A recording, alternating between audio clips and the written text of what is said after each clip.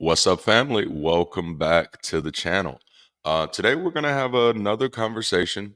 I guess this has kind of become routine so far. But today we're definitely gonna have an interesting one. This thought has been on my mind for a while. Ever since I've started exploring more so the ideas of heaven and hell. Because these were fears that I detached myself from long before deconverting. I often tell people I was deconstructing the whole time. And I am planning on doing a video why heaven is just uninteresting to me altogether. And I've already given my thoughts on why I have absolutely no fear of hell. But I'll probably do a more detailed version of that video later on. But today's video, we're going to be talking about the fear of death, which interestingly enough isn't something that I hear a lot. And I think that is very telling. When I hear of people who are struggling to deconvert, I don't hear them saying one of their biggest tugs is the fear of dying. One of the biggest tugs is the fear of hell.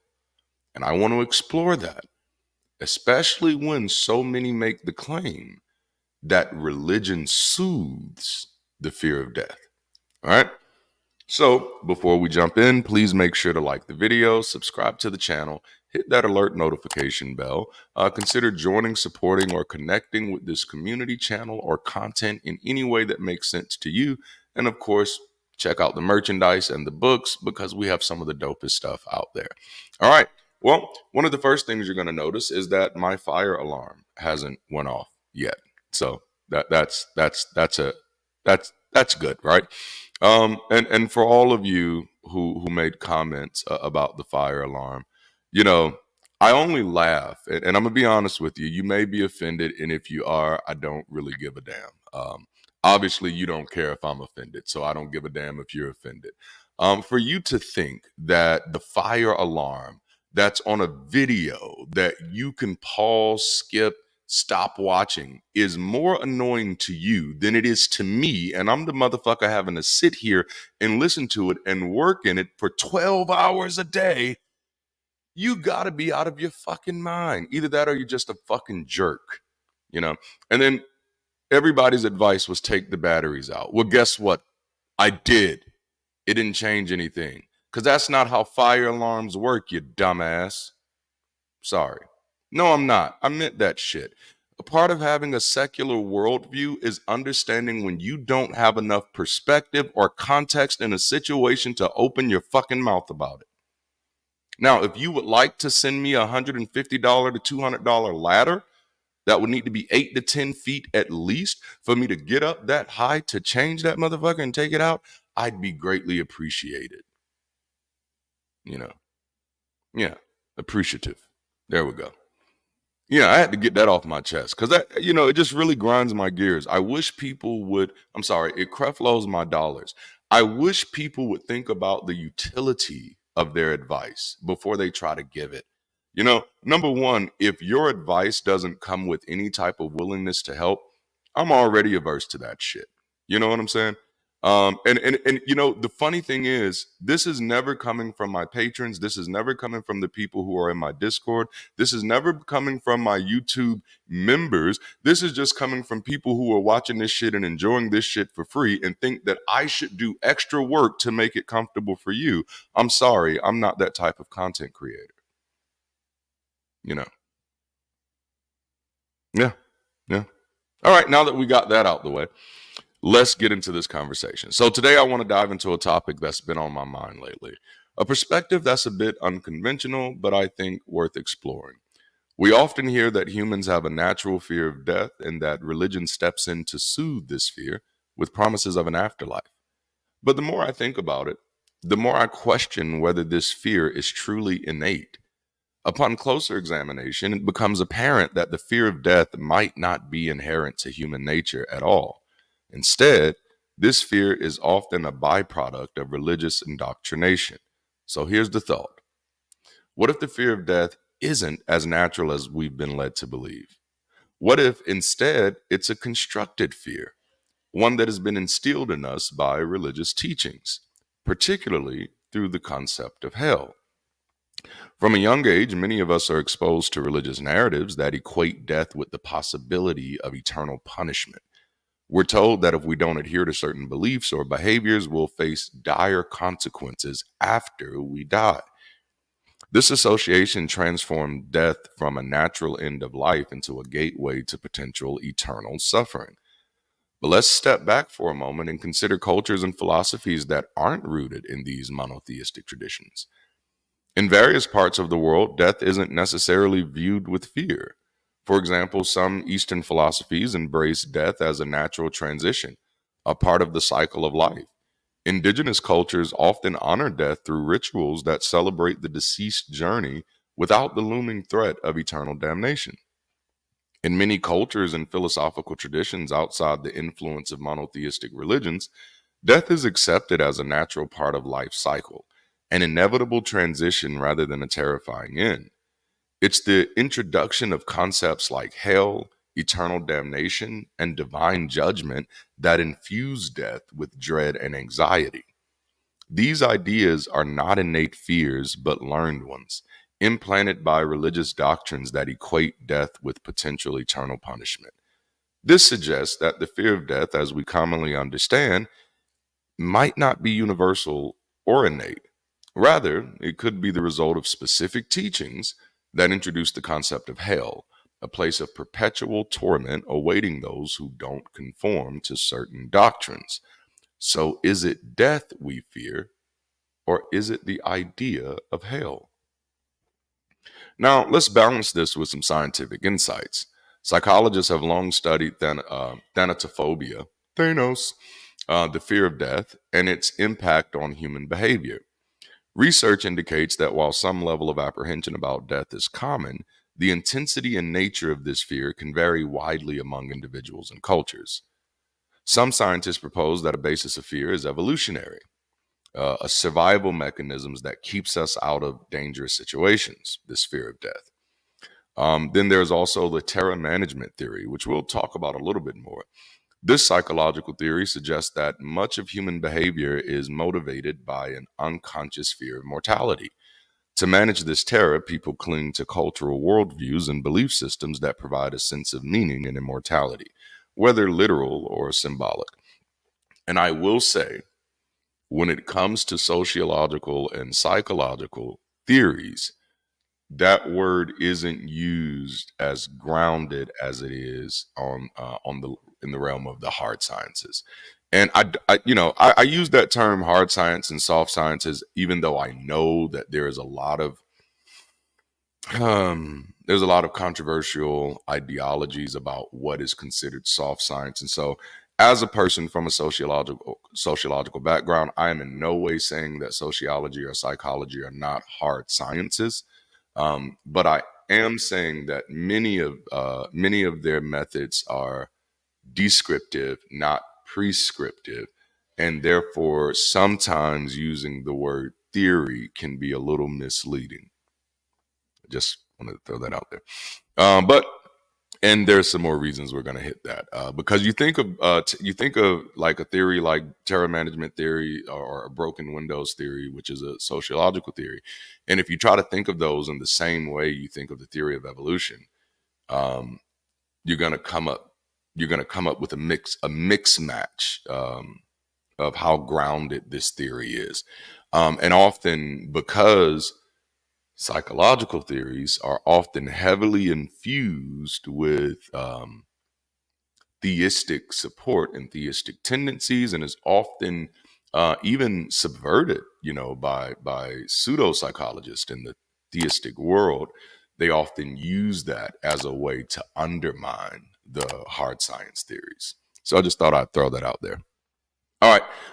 But then also cultural influences. So studies have shown that the cultural background heavily influences one's perception of death.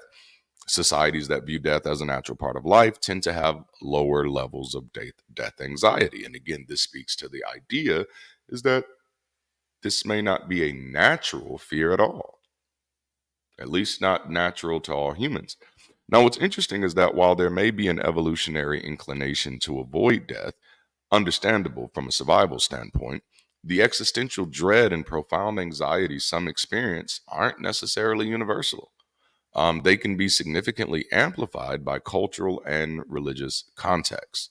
As a matter of fact, Wong and Tomer did a 2011 paper entitled Beyond Terror and Denial: The Positive Psychology of Death Acceptance. This paper offered insight that aligned with my thoughts on the fear of death being influenced by cultural and religious factors rather than being an inherent human trait. Here's a few points from their work that support this perspective. Wong and Tomer proposed that individuals can achieve a healthy acceptance of death through meaning making and personal growth rather than through fear or denial. They suggest that death acceptance is facilitated by finding purpose in life and acknowledging mortality without dread. Now, this supports the idea that fear of death isn't necessarily natural, but can be transformed or mitigated through personal reflection and understanding, independent of religious fear of punishment. The authors also discuss how cultural and religious contexts shape individuals' attitudes toward death.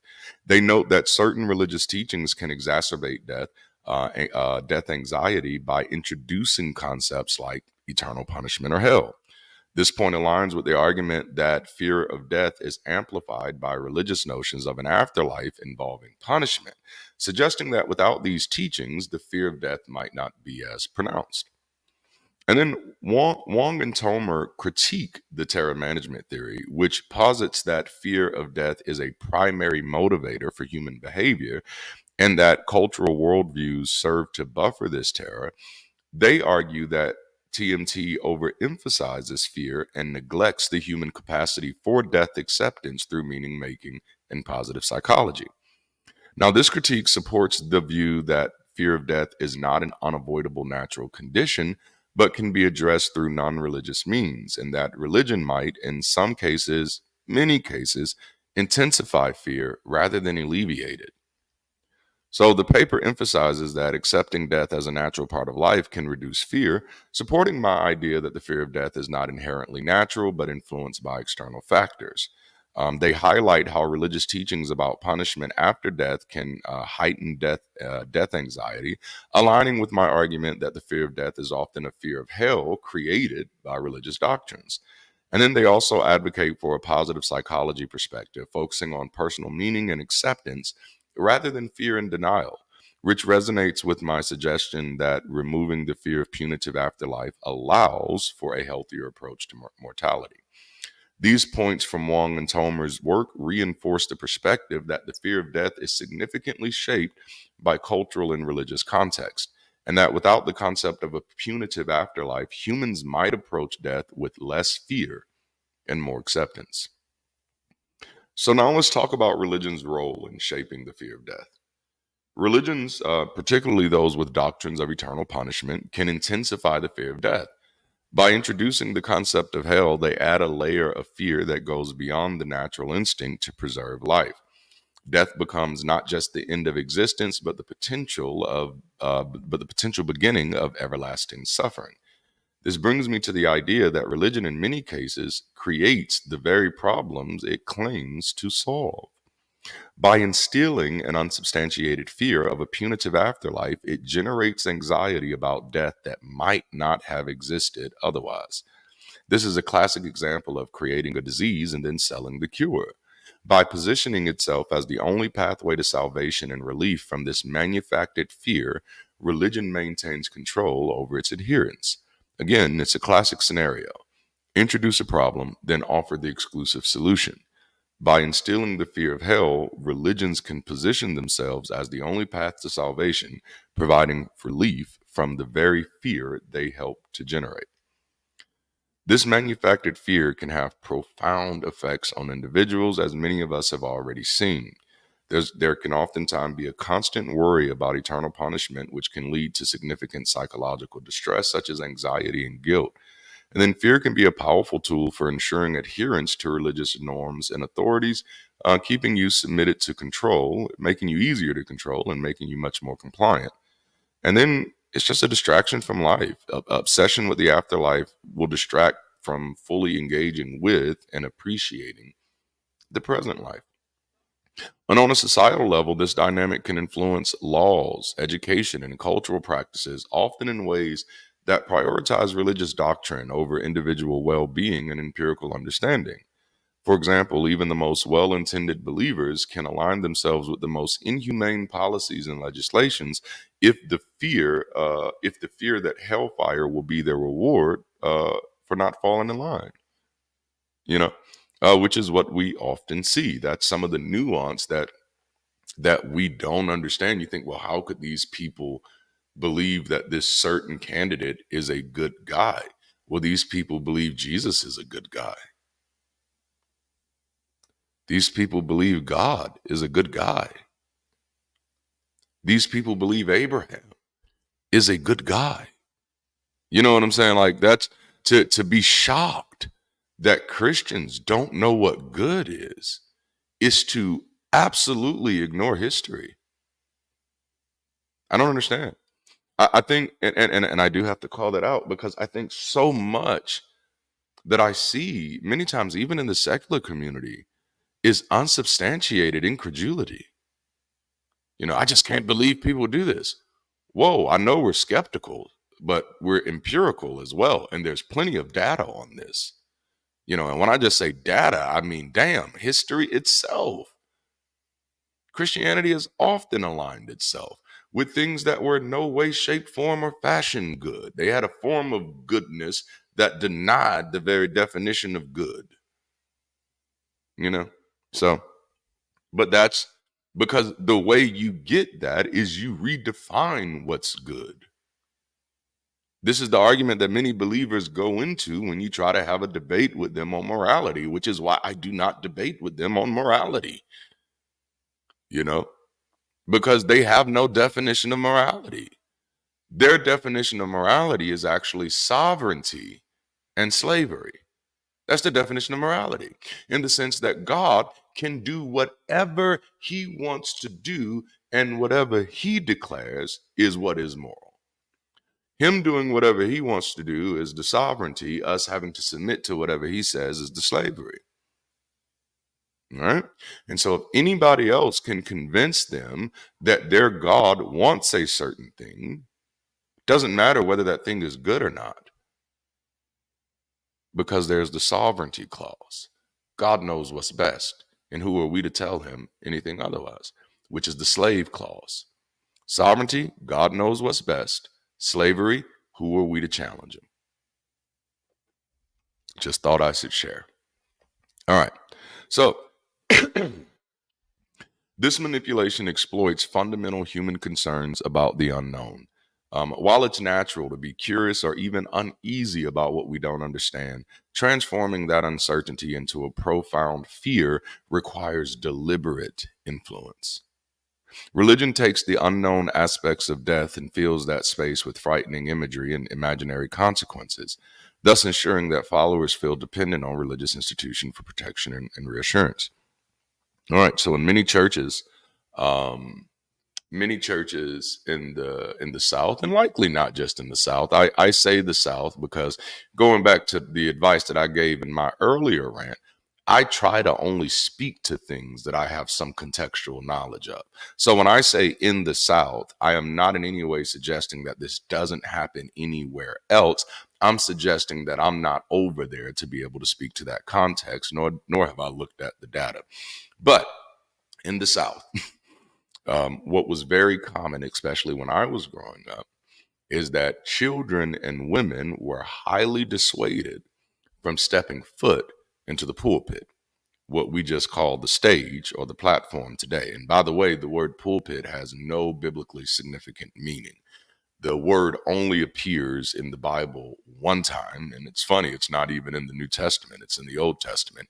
And the word just means wooden box, that's it. But anyway, and I just throw that out there because growing up with churches, you deal with a lot of simple. I hate to say it, I'm not talking about all Christians here. I'm talking about some churches that I dealt with. You deal with a lot of simple-minded people. So if you say, "Hey, everybody get on the platform," that's not a platform. That's a pulpit.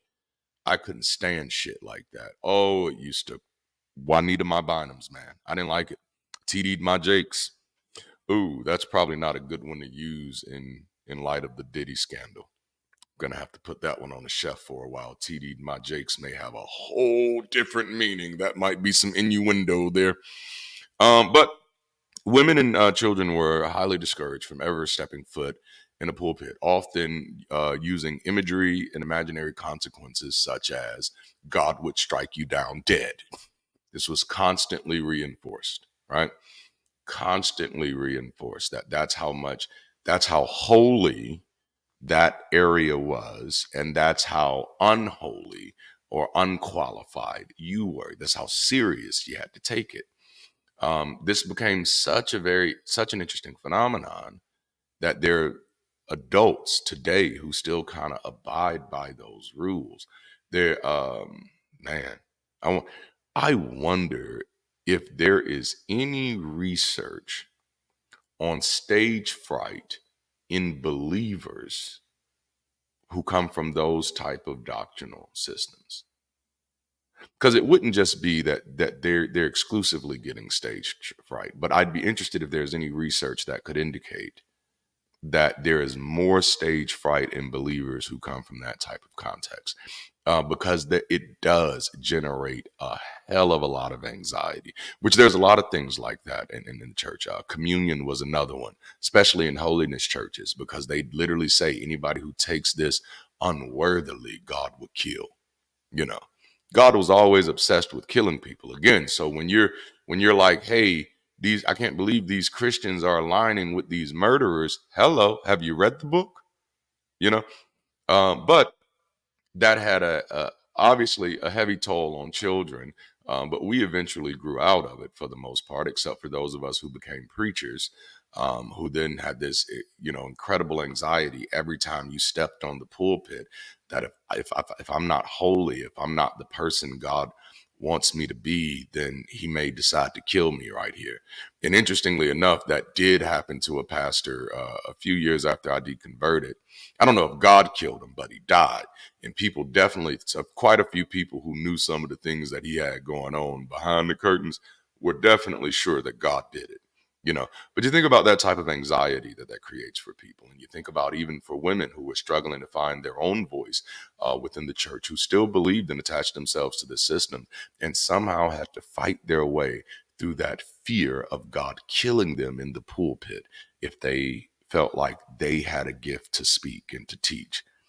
That's very similar to the fear of death. That fear works very the same way. But again, it's not even the fear of death in the same way that it's not the fear of the pulpit, in the same way it's not the fear of the stage, in the same way that it's not the fear of the platform. It's not the fear of speaking.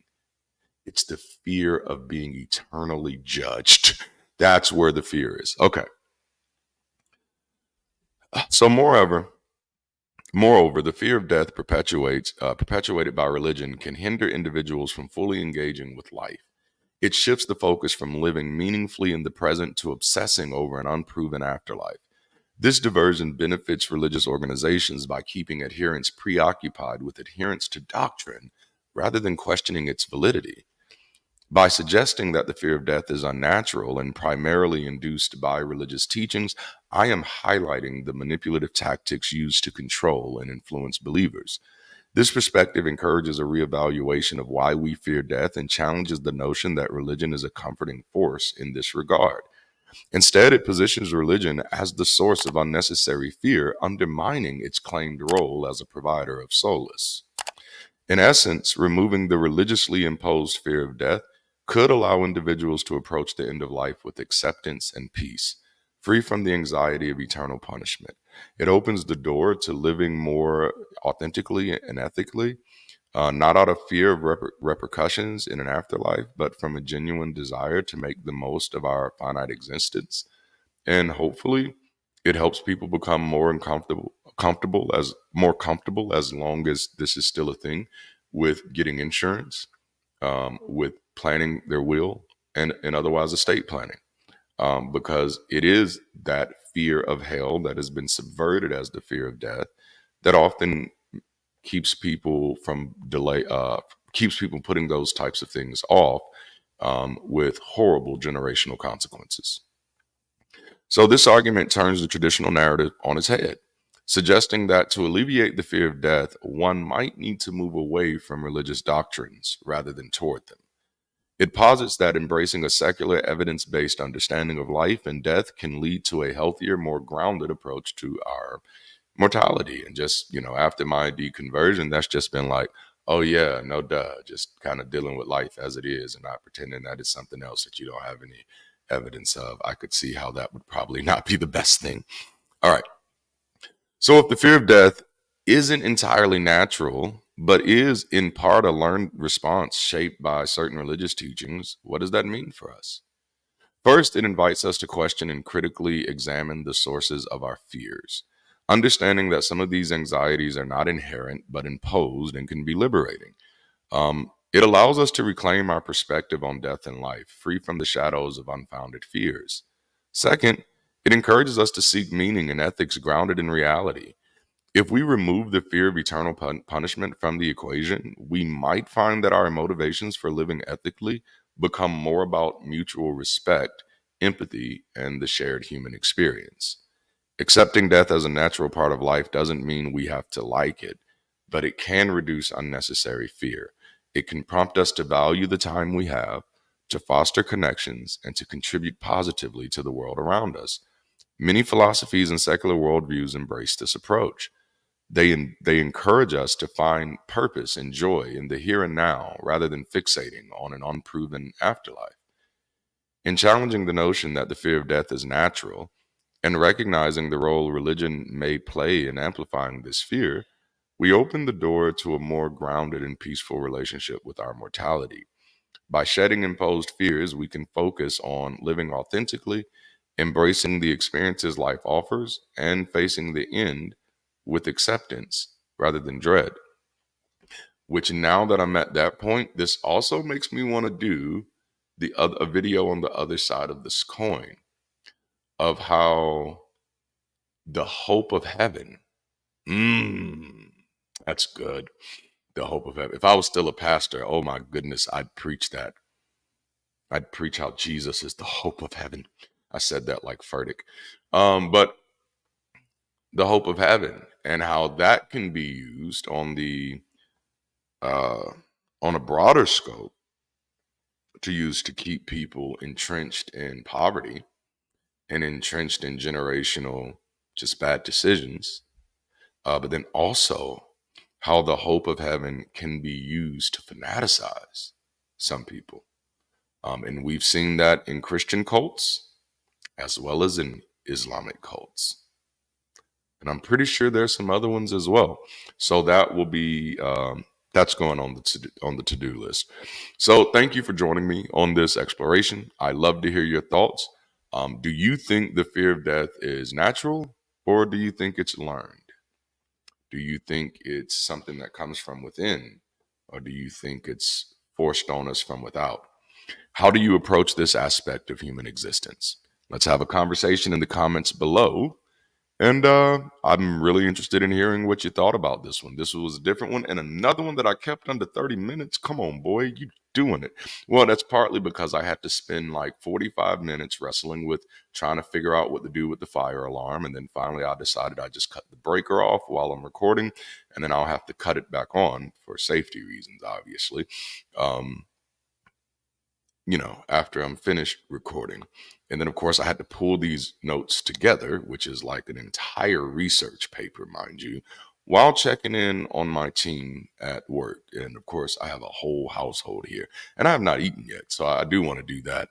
But thank y'all for hanging out with me. I always appreciate y'all so much.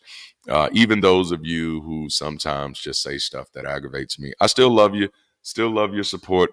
If you're going to make suggestions, support more. That would be helpful. Again, ladder is about $150 to $200.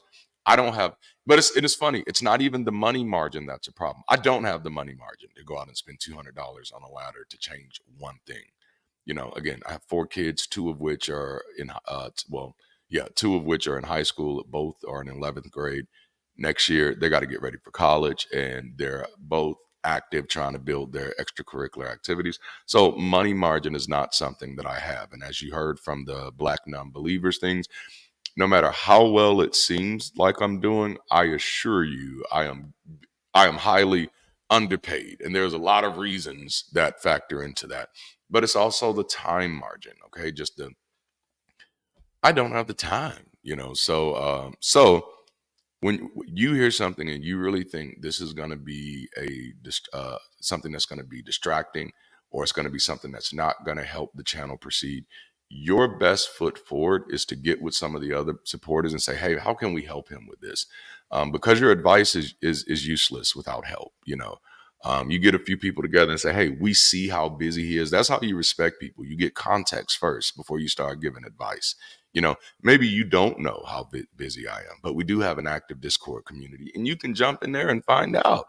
But there's all different types of ways. Big point is, don't be the person who doesn't know and opens your mouth. It's never going to go well for you. I promise you that. Not with me. And if you're really trying to be genuine, if your concern is, no, I just want the channel to succeed, then be a part of the success of the channel, not a part of the distractions. All right. Thank you for hanging out. Listen, don't forget to like the video, subscribe to the channel, hit that alert notification bell. Consider joining, supporting, or connecting with this community channel or content in any way that makes sense for you. And last but not least, check out our merch and our books, because it is dope. We have some fire stuff, and there's more coming. I'm still behind on releasing the design progress over perfection, and it's just because I can't land on it, but I'm working on it. I'm working on it. Kyle sent me some sent me some notes on it, which like reshaped exact what I was trying to do. And I was like, oh, that makes so much sense. But so now I have to reframe that.